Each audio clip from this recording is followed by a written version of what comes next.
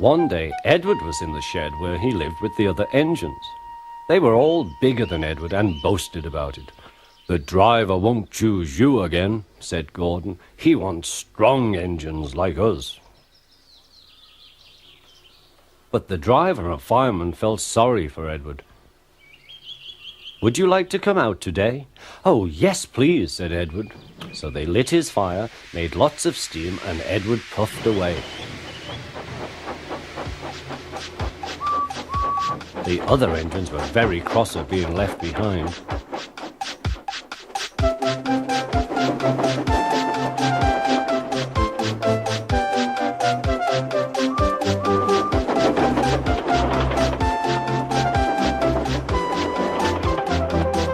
Edward worked hard all day. The coaches thought he was very kind, and the driver was very pleased.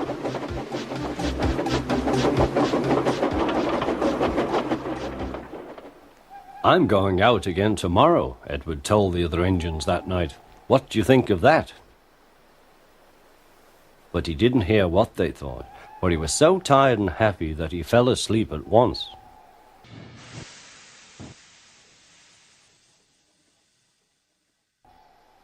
Next morning, Edward woke up to find nothing had changed.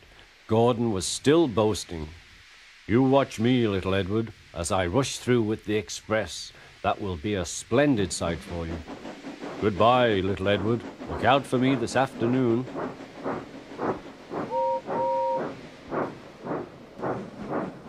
Edward went off to do some shunting. Edward liked shunting. It was fun playing with trucks. He would come up quietly and give them a push. Then he would stop and the silly trucks would go bump into each other. "Oh!" they cried. "Whatever is happening?"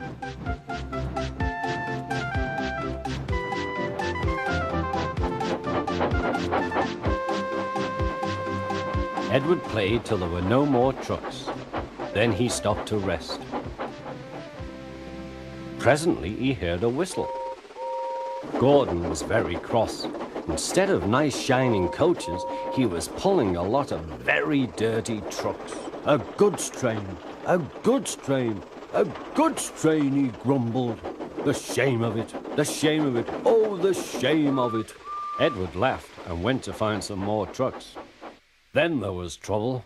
"Gordon can't get up the hill," the porter called to Edward's driver. "Will you take Edward and push him, please?"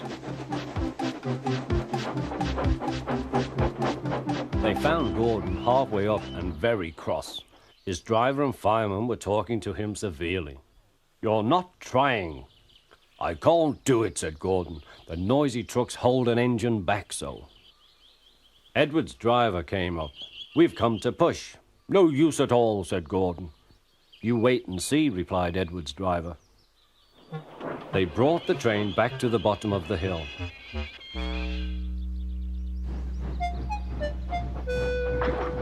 "I'm ready," said Edward. "No good," grumbled Gordon. They pulled and pushed as hard as they could.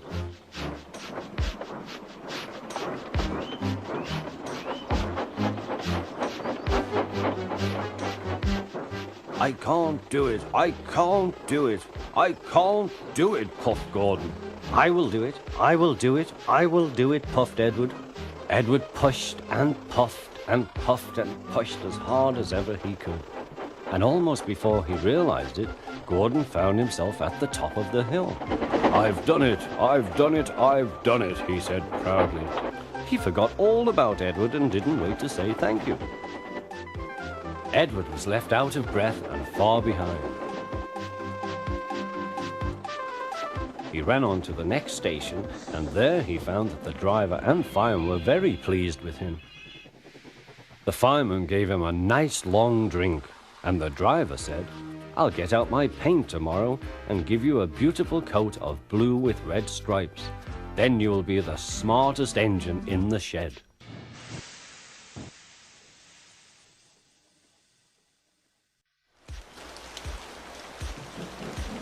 Once, an engine attached to a train was afraid of a few drops of rain.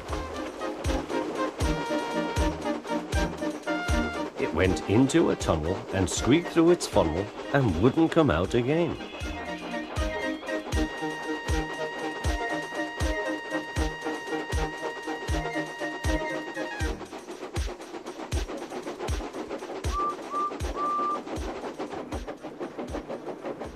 The engine's name is Henry. His driver and fireman argued with him, but he would not move. The rain will spoil my lovely green paint and red stripes, he said. The guard blew his whistle till he had no more breath and waved his flag till his arms ached, but Henry still stayed in the tunnel and blew steam at him. I'm not going to spoil my lovely green paint and red stripes for you. Then along came Sir Topham Hatt, the man in charge of all the engines on Sodor. They call him the Fat Controller.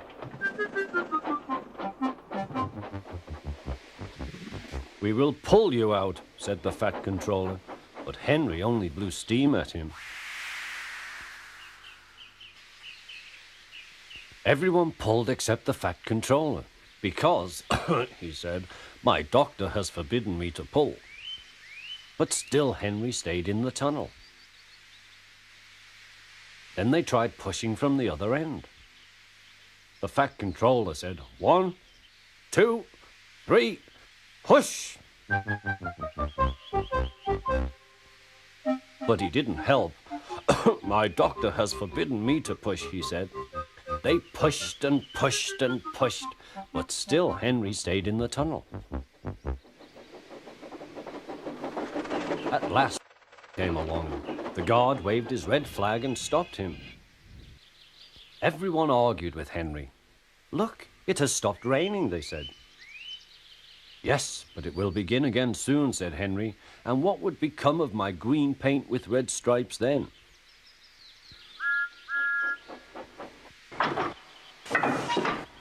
Thomas pushed and puffed and pushed as hard as ever he could. But still Henry stayed in the tunnel.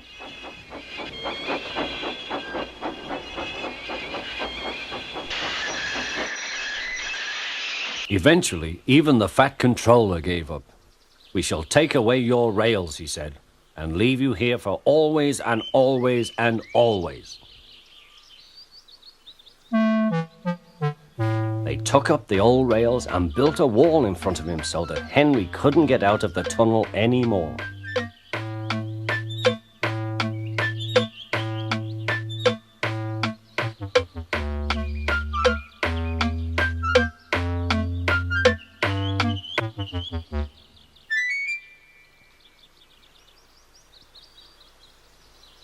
All he could do was watch the trains rushing through the other tunnel. He was very sad because he thought no one would ever see his lovely green paint with red stripes again. As time went on, Edward and Gordon would often pass by. Edward would say, "Peep, peep, hello." And Gordon would say, "Poop, poop, poop, serves you right." Poor Henry had no steam to answer. His fire had gone out. Sudden dirt from the tunnel had spoilt his lovely green paint and red stripes anyway. He wondered if he would ever be allowed to pull trains again. But I think he deserved his punishment. Don't you?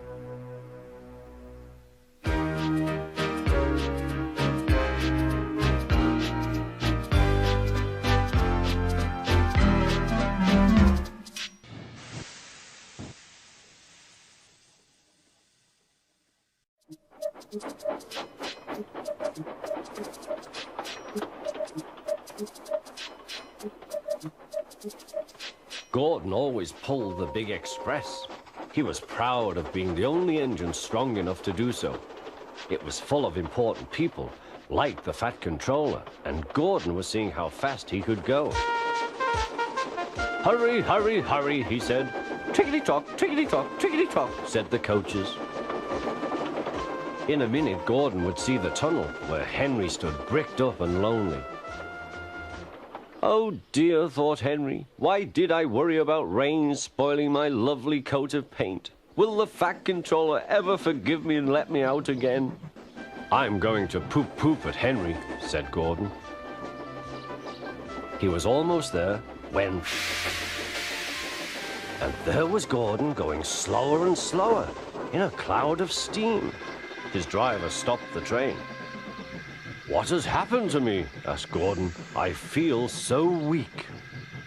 "You've burst your safety valve," said the driver. "You can't pull the train anymore."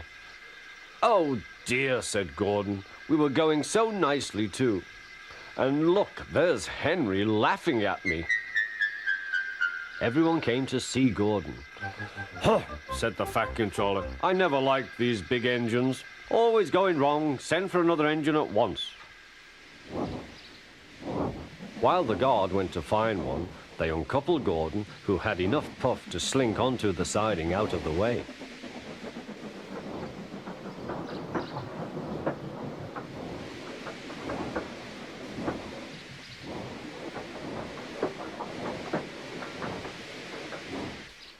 Edward was the only engine left.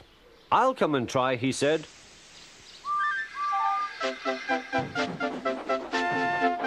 "Huh," said Gordon. "That's no use. Edward can't push the train."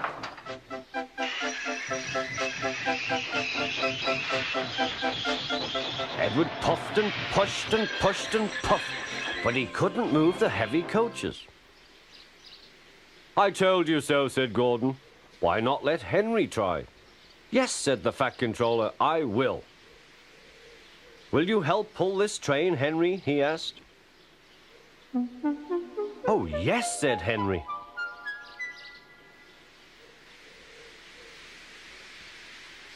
When Henry had got up steam, he puffed out. He was dirty and covered with cobwebs. "Oh, I am stiff," he groaned. "Have a run to ease your joints and find a turntable," said the Fat Controller.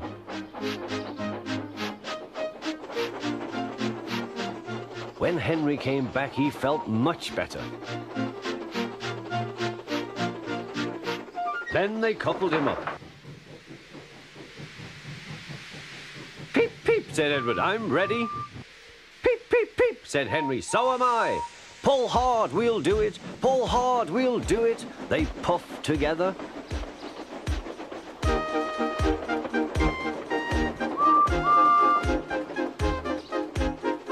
"We've done it together. We've done it together," said Edward and Henry.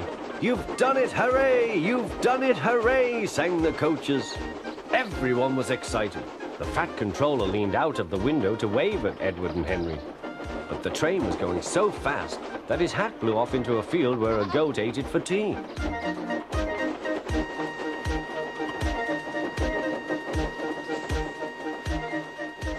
They never stopped till they came to the station at the end of the line.